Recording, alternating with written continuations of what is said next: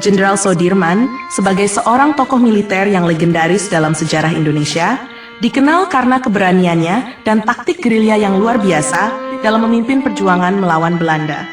Kisah-kisah mengenai kesaktian atau kehebatan Jenderal Soedirman sering diceritakan dalam bentuk legenda atau mitos yang berkembang di masyarakat. Berikut adalah 3 rahasia kesaktian Jenderal Soedirman yang sering dianggap mengagumkan oleh banyak orang. 1.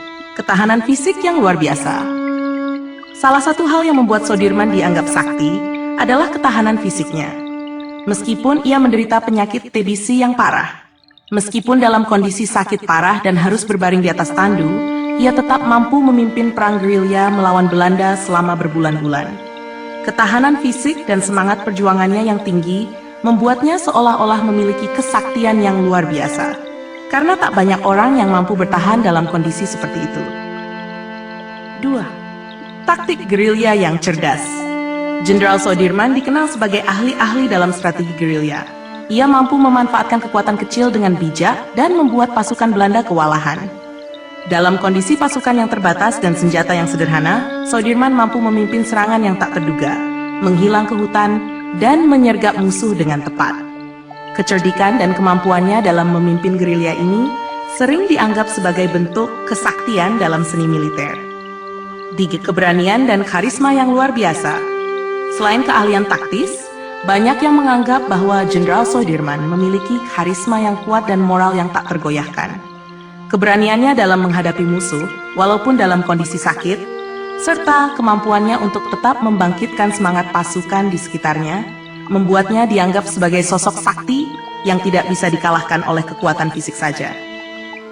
Soedirman dikenal sebagai pemimpin yang mampu menginspirasi dan membawa pasukannya bertempur dengan semangat yang tinggi. Ketiga aspek ini, ketahanan fisik, kecerdasan taktik, dan karisma kepemimpinan, membuat Jenderal Soedirman dianggap sebagai sosok yang sakti dalam perjuangan kemerdekaan Indonesia. Jenderal Soedirman tidak hanya dikenal sebagai seorang pemimpin militer yang luar biasa, tetapi juga memiliki sisi spiritual yang sangat kuat. Aspek spiritual ini menjadi bagian integral dari kehidupan dan kepemimpinannya, yang memberi kekuatan dan arahan dalam perjuangannya. Berikut adalah sisi lain dari Jenderal Soedirman yang terkait dengan kajian spiritualnya.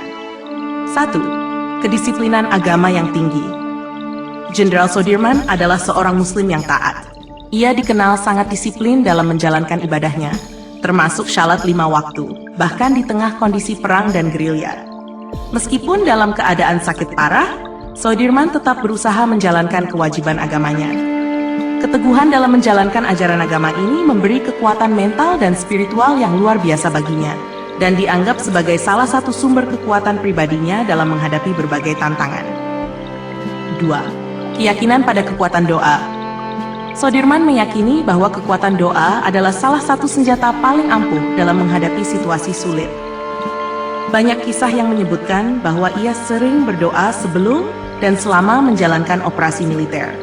Keyakinannya pada pertolongan Tuhan sangat kuat, dan ia selalu meletakkan segala usaha di bawah kehendak Tuhan. Doa-doanya tidak hanya untuk keselamatannya sendiri, tetapi juga untuk rakyat dan pasukan yang dipimpinnya. Hal ini memberikan Soedirman ketenangan batin dalam menghadapi ancaman fisik dan mental yang luar biasa.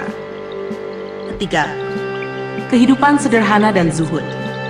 Sikap hidup sederhana dan zuhud tidak terikat dengan duniawi sangat tampak dalam kehidupan Jenderal Soedirman. Ia tidak terpengaruh oleh materi atau jabatan, meskipun memiliki posisi sebagai panglima tertinggi dalam militer. Kesederhanaannya tercermin dalam penampilannya yang tidak berlebihan, serta cara hidupnya yang lebih fokus pada perjuangan dan nilai-nilai kemanusiaan. Soedirman menganggap bahwa kekuatan batin seseorang lebih penting daripada kekayaan duniawi. Ini mencerminkan pandangan spiritual yang dalam bahwa hidup harus dijalani dengan sikap tawakal, fokus pada tujuan mulia, dan tidak tergoda oleh hal-hal yang bersifat material. Mistik Jawa dan kearifan lokal. Meskipun dikenal sebagai Muslim yang taat, ada juga pengaruh mistik dan spiritualitas tradisional Jawa dalam kehidupan Jenderal Soedirman. Dalam budaya Jawa, tokoh-tokoh besar seperti Soedirman sering dianggap memiliki kekuatan spiritual yang berasal dari hubungan mereka dengan alam semesta dan kekuatan-kekuatan gaib. Walaupun tidak ada bukti bahwa Soedirman terlibat langsung dalam praktik mistik tertentu, Banyak cerita rakyat yang menggambarkan bahwa Soedirman memiliki tuah atau semacam perlindungan gaib yang membantunya dalam berbagai pertempuran. 5. Sikap sabar dan ikhlas. Sikap sabar dan ikhlas merupakan salah satu manifestasi dari kekuatan spiritual Soedirman. Selama perjuangannya, ia menghadapi berbagai penderitaan fisik, termasuk penyakit TBC yang menyiksanya hingga akhir hayat. Namun, ia selalu menghadapi penderitaan itu dengan sabar, tanpa mengeluh, dan menerima semua ujian tersebut sebagai bagian dari takdir Tuhan. Kesabaran dan keikhlasan ini tidak hanya terlihat dalam menghadapi penyakit, tetapi juga dalam menghadapi berbagai situasi sulit di medan perang. 6. Pengorbanan yang berlandaskan spiritualitas. Pengorbanan Jenderal Soedirman untuk kemerdekaan Indonesia sering dianggap sebagai bentuk pengabdian spiritual. Ia rela mengorbankan kesehatannya, kenyamanannya, bahkan nyawanya demi perjuangan rakyat Indonesia. Semangat pengorbanan ini tidak hanya didorong oleh kecintaan pada bangsa, tetapi juga oleh keyakinan spiritual bahwa perjuangan demi kemerdekaan adalah bagian dari tugas moral dan religiusnya. Ia merasa bertanggung jawab di hadapan Tuhan untuk membela tanah air dari penindasan. Sisi spiritual Jenderal Soedirman menunjukkan bahwa kekuatan mental, moral, dan spiritualnya sangat berpengaruh dalam cara ia memimpin dan bertahan di tengah tantangan besar. Keyakinannya pada Tuhan, kesederhanaan hidup, kekuatan doa, dan keteguhan iman memberi fondasi kuat pada perjuangannya yang tampaknya melampaui batasan fisik biasa. Sisi spiritual ini menjadi salah satu kunci keberhasilannya sebagai pemimpin yang dihormati dan dicintai oleh rakyat. Profil dan latar belakang Jenderal Soedirman. Nama lengkap, Raden Soedirman. Tanggal lahir, 24 Januari 1919. Tempat lahir, Purbalingga, Jawa Tengah, Hindia Belanda. Tanggal wafat, 29 Januari 1950. Tempat wafat, Magelang, Jawa Tengah, Indonesia. Pangkat terakhir, Jenderal Besar TNI. Jabatan penting, Panglima Tentara Nasional Indonesia Pertama. Agama Islam. Pasangan Alfia Anak. Soekantam Siti Sobangati, latar belakang kehidupan awal.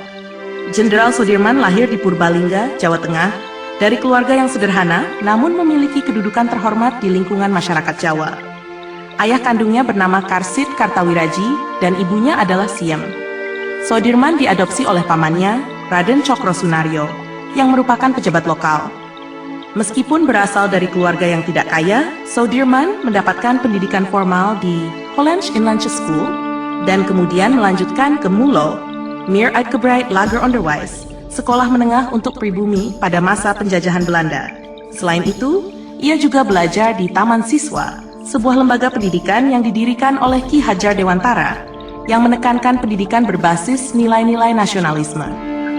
Pendidikan yang ia peroleh, baik formal maupun informal, membentuk dasar patriotisme dan kecintaan Soedirman terhadap bangsa. Kehidupan religius dan organisasi. Soedirman sangat aktif dalam organisasi Kepanduan Muhammadiyah, sebuah organisasi Islam yang membina anak-anak muda melalui kegiatan keagamaan dan nasionalisme.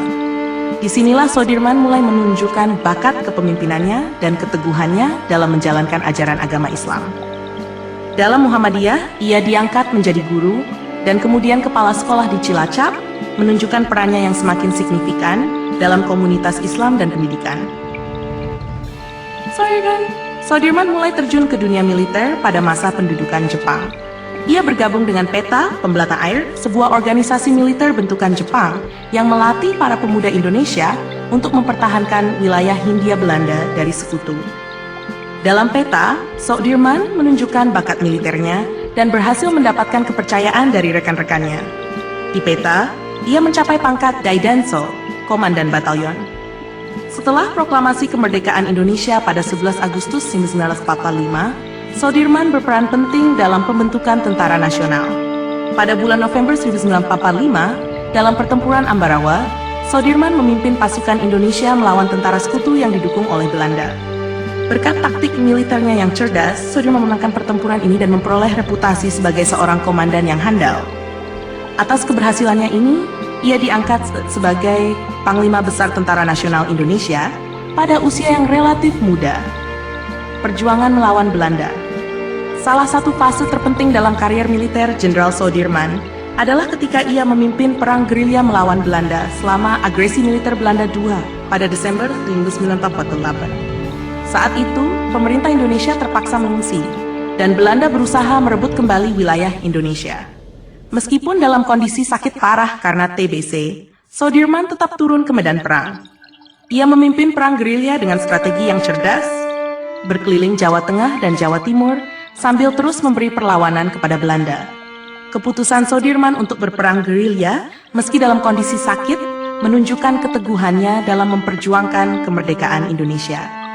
Perang gerilya ini merupakan taktik yang sangat efektif, karena Belanda kesulitan untuk menaklukkan wilayah-wilayah yang dikuasai oleh para pejuang. Perjuangan gerilya Soedirman akhirnya ikut memaksa Belanda duduk di meja perundingan, yang berujung pada pengakuan kedaulatan Indonesia pada 27 Desember 1949. Kesehatan dan wafatnya. Selama memimpin perang gerilya, Jenderal Soedirman menderita penyakit tuberkulosis, TBC yang parah. Meskipun harus dipikul di atas tandu karena kondisinya yang semakin memburuk, Soedirman tetap melanjutkan perjuangan tanpa lelah. Setelah Belanda akhirnya mengakui kedaulatan Indonesia, Soedirman kembali ke Yogyakarta pada pertengahan 1949. Namun, kesehatannya semakin menurun. Jenderal Soedirman wafat pada 29 Januari di Magelang, Jawa Tengah, pada usia yang masih sangat muda, yaitu 34 tahun. Ia dimakamkan di Taman Makam Pahlawan Kusumanegara, Yogyakarta. Kepergiannya meninggalkan warisan kepemimpinan yang penuh dedikasi dan semangat perjuangan yang tak tergoyahkan, warisan dan pengaruh. Jenderal Soedirman dikenang sebagai salah satu pahlawan terbesar Indonesia. Keberaniannya, keteguhan dalam memperjuangkan kemerdekaan, dan keteladanannya sebagai pemimpin membuatnya dihormati dan dijadikan inspirasi bagi generasi berikutnya. Selain menjadi Panglima Besar TNI, ia juga diangkat sebagai Jenderal Besar secara anumerta oleh pemerintah Indonesia, sebagai bentuk penghargaan tertinggi atas jasa-jasanya. Namanya diabadikan dalam berbagai bentuk penghormatan, seperti nama jalan, monumen, universitas, dan sekolah. Soedirman menjadi simbol keberanian dan semangat perlawanan terhadap penjajahan, serta ikon kepemimpinan yang tangguh dan berintegritas tinggi. Jenderal Soedirman adalah sosok pemimpin yang tidak hanya kuat secara militer, tetapi juga memiliki integritas moral dan spiritual yang tinggi. Ia adalah simbol perjuangan bangsa Indonesia untuk merdeka dan contoh nyata dari dedikasi dan pengorbanan tanpa pamrih demi bangsa dan negara. Informasi yang saya berikan dalam jawaban di atas disusun dari pengetahuan umum tentang Jenderal Soedirman yang sudah luas diketahui, termasuk melalui berbagai sumber biografi, sejarah perjuangan Indonesia, dan kajian tokoh-tokoh pahlawan nasional. Kutipan tersebut tidak diambil dari satu sumber spesifik atau buku tertentu, melainkan merupakan rangkuman dari informasi sejarah yang sering ditemui dalam literatur tentang Soedirman. Jika Anda memerlukan referensi yang lebih spesifik, Anda dapat merujuk ke buku-buku atau artikel berikut yang sering membahas sisi spiritual Jenderal Soedirman. 1. Panglima Besar Jenderal Soedirman oleh Cokro Pranolo. Buku ini membahas banyak aspek kehidupan dan perjuangan Soedirman, termasuk aspek spiritual. 2. Jenderal Soedirman Pemimpin Spiritual dan Perang Gerilya oleh MC Rickles menyentuh sisi spiritual dan perjuangan militernya. 3. Artikel-artikel sejarah tentang Jenderal Soedirman di majalah atau jurnal yang membahas tokoh-tokoh kemerdekaan Indonesia. Bila Tuhan datang di langit terasa